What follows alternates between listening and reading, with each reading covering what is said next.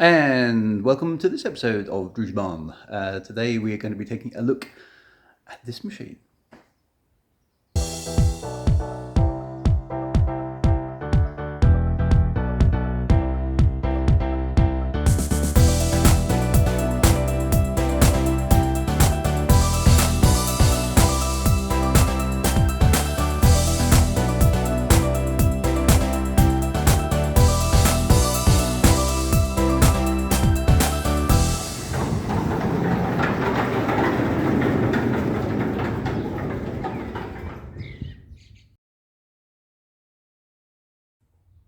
Okay, the eagle-eyed amongst you will have spotted this MX5 lurking at the back of the garage, up on axle stands, as you can see.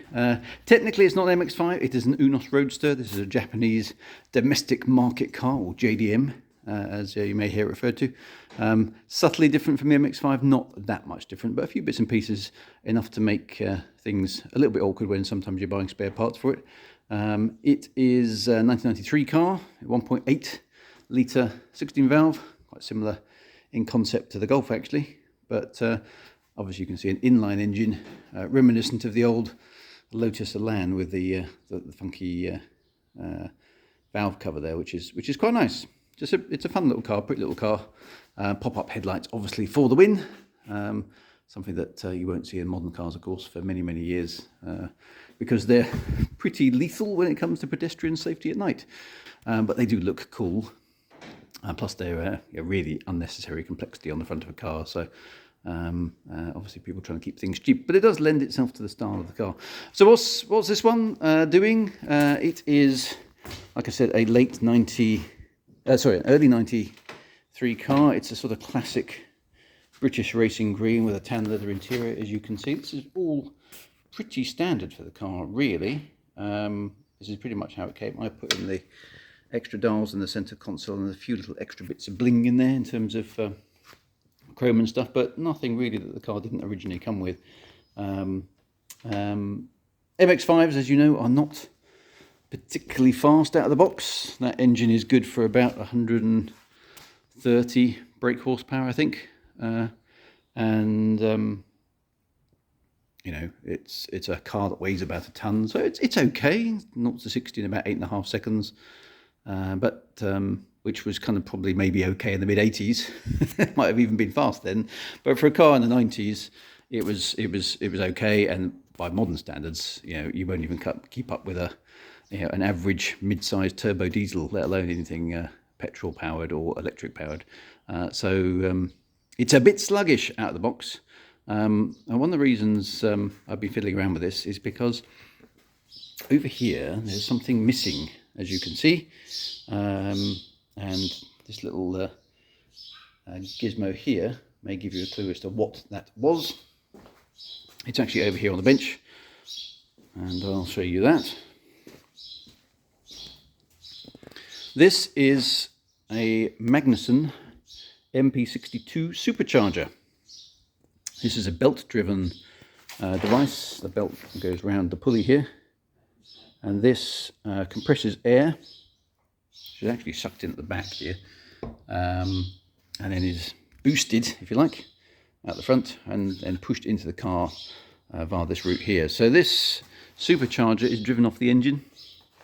There's a little bit of parasitic loss, because it takes a fair little bit of horsepower to actually drive this, but it does provide lots of boost, which makes the engine a lot more powerful than it otherwise would be. So with this on the car, takes it from about 130 brake horsepower to somewhere near 200 horsepower, and that's after the parasitic losses have been factored out. So 70 brake horsepower boost on top of the standard car, 200 brake horsepower in an MX5 is a little bit more exciting. Now, you may be asking, why is the supercharger off the car in that case? Well, that's a very good question. What I've been doing is I've actually serviced it. Now, these things are supposed to be sealed for life, but obviously they don't tell you how long life is. And so I've done some preventative maintenance on it. Basically, here is a little Torx bolt. You take that out and you can drain the lubrication oil from the front of the supercharger, because there's some very finely engineered tolerances inside this thing, and after 10 years of probably relatively hard use, I thought it might be a good idea to change the oil. So I've done that. Basically all you do is you take that out, tip it up. You can take these panels off and replace some of the gaskets, and then fill it up with oil and put it back in again. It's quite precisely made. You actually do it with a syringe. So that's how that's done. So that's ready to go back on the car. But before I do that, I need some other bits fixed. Now here in the engine bay, I've already taken off the main radiator, which you can see here, which has got twin fans on it. And also I've taken off an aftermarket intercooler here, which has done long service and does need a bit of a tidy up, as you can see. All the other bits of gubbins are also off the car as well. So the radiator's off, the intercooler's off, and quite a lot of the pipe work is removed at the moment. There is still another radiator in here. You may be thinking, why is there another radiator? Well, this car came from the factory with air conditioning. You may be wondering, why would a convertible car have air conditioning? Well, because they were driven around in Japan, and they do like the comforts over there, apparently, so I'm told. And this particular car was fitted with air conditioning because the area in which it is in was very, very humid. And so quite a lot of the time, we want to be driving along, it's hot, it's sticky, but you don't want to have the roof down. Hence the air conditioning. Now, this air conditioning has long since conked out. I suspect the coolant leaked out quite some time ago, judging by the state of this radiator. Strictly speaking, this is a condenser. That's what they're called. So, and it's kind of superfluous to requirements. I never really use the air conditioning in this car, because if it's nice, you have the roof down. That's the rules. And if it's not nice, you're probably not driving the car. So it's kind of a bit superfluous. Plus, having the intercooler at the front here, then a condenser, and then the main cooling radiator is suboptimal in terms of keeping airflow going through here and keeping the engine temperatures down, which obviously you do want when you've boosted your car. So my plan is I'm going to take this condenser out and then relocate and tidy up the installation of the main radiator and the intercooler in the car. Whilst I'm doing that, I've drained obviously all the coolant out the car. I've noticed I've had a bit of, as you can see in there, there's some sludgy stuff in my coolant. It's not mayonnaise, so I don't think it's head gasket related. I think I've got a pipe somewhere that's sort of decayed, because this stuff isn't metallic. It's sort of fabricy. So I think I've got a pipe somewhere which I think is decayed internally, and I need to find that and see if I can replace that. But I'm going to flush the cooling system anyway, and before I put everything back together. So that's my job. So anyway, today's job, or at least the topic of this video, is to try and get this condenser out, which has been in there since 1993. So we'll see how well that comes out. Wish me luck. Well, it wasn't actually too bad in the end. The mountings came out without too much fuss. I had soaked them in penetrating oil the night before, so that's good. So that's good. The old condenser is very old. I mean, it's literally coming apart if I just poke it, it's literally just falling out. So that is why that's not working. So the pipe work is also not in great condition, unsurprisingly, which probably explains why it hasn't worked for a long time. Dents and bashes and all sorts of things. So these are actually quite difficult to get hold of. So if I do want to put the aircon back for any reason at some point in the future, I'm going to have to come up with a alternative solution, because I don't think you can get these anymore. You might be able to get one off a crashed car or a wrecked car, but of course they're going to be the same age, so that's probably not going to help. Haven't found anybody who does any pattern parts of these at the moment, but it's not really essential, because I'm not planning on really using the air conditioning. I've removed some of the extraneous pipe work, which obviously doesn't do anything anymore. This is the aircon compressor here, which I could take out, but it is a clutch compressor, as you can see here, so it's not actually adding any parasitic loss to the car when it's not engaged. It's just a pulley, and that pulley is in fine condition. Now if I take that out, it will save me a bit of weight, 3 or 4 kilos. You might get to notice that, probably not. But More importantly, I'll have to run a different belt for my supercharger, which would normally be up here, which means I'd have to find a different length. And since I've got like 5 or 6 spare belts for this configuration, that really is not worth it. So that's effectively now defunct because it won't be used for anything. But the pulley seems to be absolutely fine, so I'm going to just stick with that. It's a nice chunky pulley, and that will continue to work nicely for the supercharger. This one up here is the, I believe that's the water pump, that one. So that's obviously important to have, need that one. Down there is the main crank pulley, which isn't going to work with the engine, and you've got the alternator over there. There is normally a tensioning pulley here, which we'll look at in a future thing, and then the main supercharger pulleys up here. So that came off quite good. I've got a nice empty space there, so I can put the radiator back in properly, and that should be really good. So one thing to note on these, actually, if you're thinking of deleting the aircon on your MX5, do make sure the aircon system is actually empty before you do that.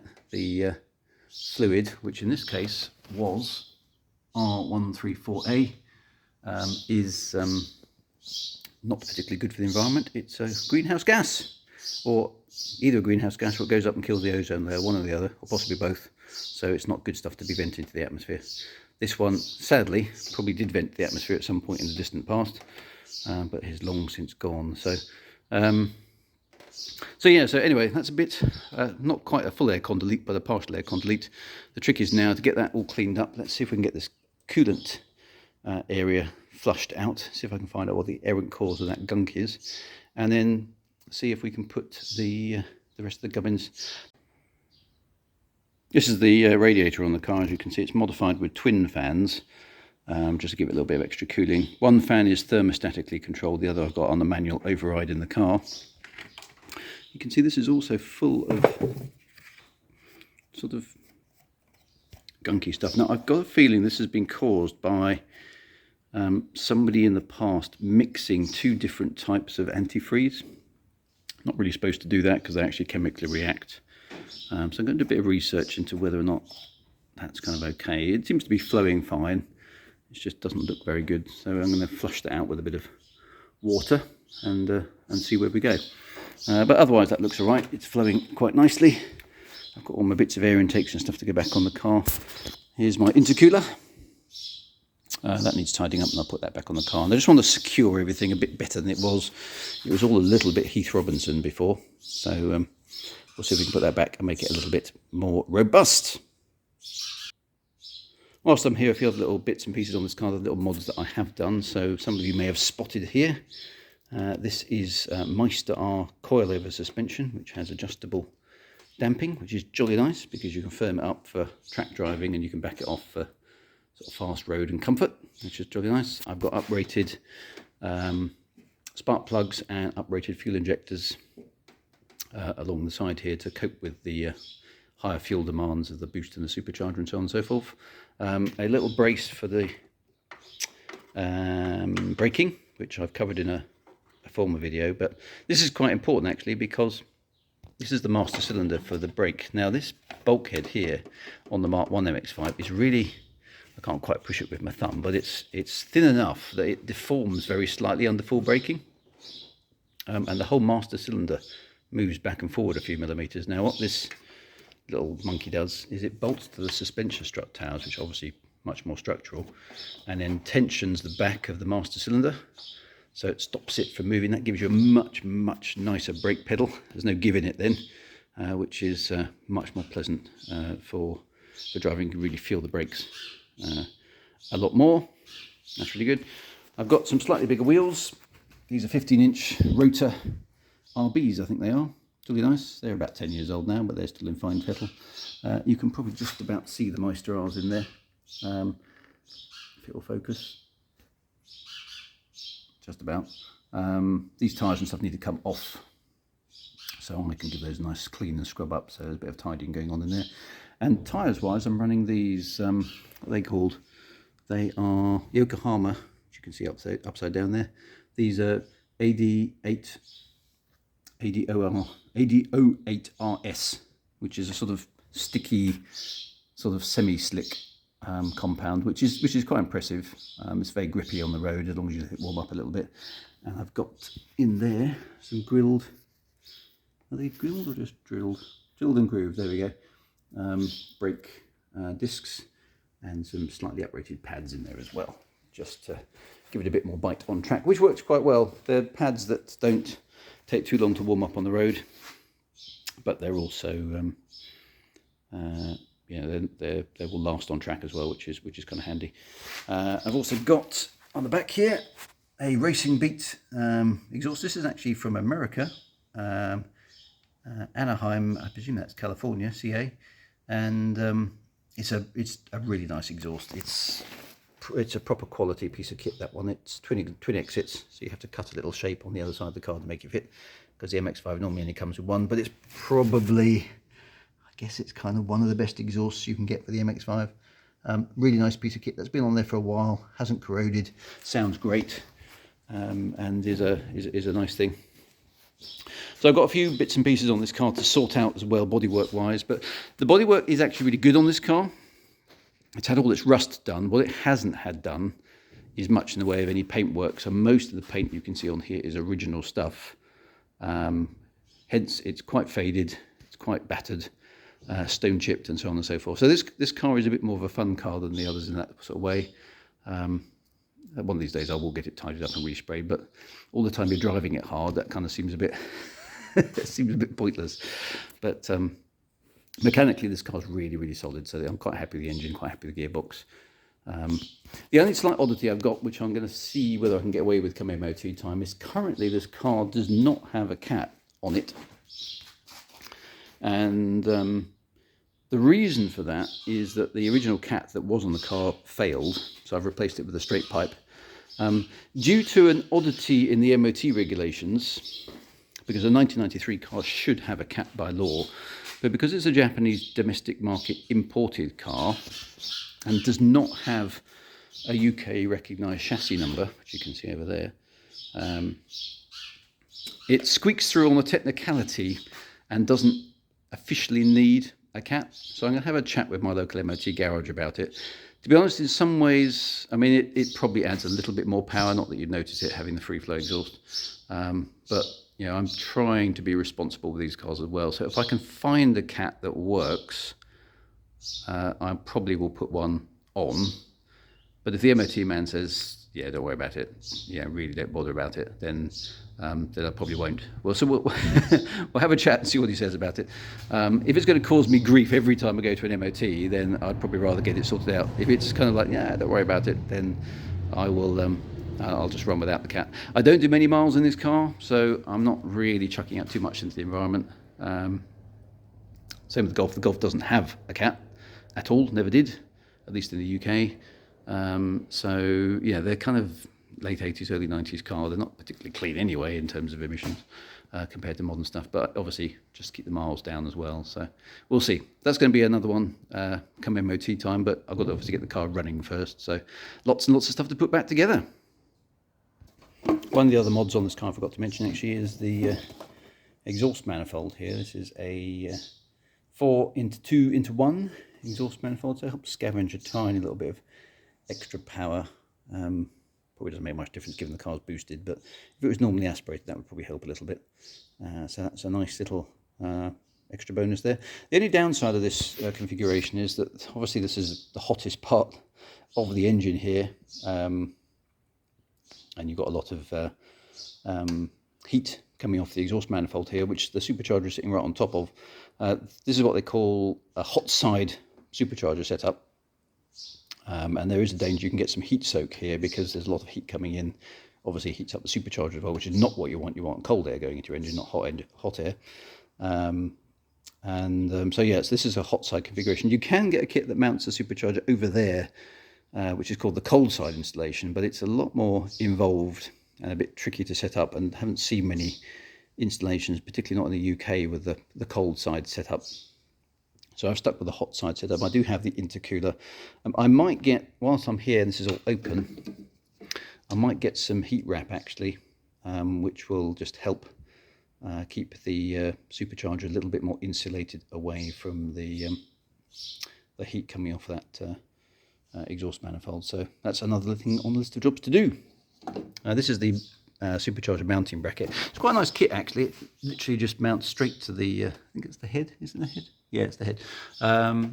You bolt the Supercharger to that. Nice solid bracket that. So it's all quite nicely made. This is an imported thing from, again, from the States. You get quite a lot of Mazda parts from the US, particularly in the modified space. So this is Track Dog Racing. This is the Supercharger pulley, tensioning pulley. So normally there's a take-up pulley here, and then there's an adjustable pulley here. It's not particularly sophisticated, as you can see. It's just a bolt, goes in and out and pushes this one tight. So it's not like a spring-loaded one like you find on modern cars, but it works very effectively.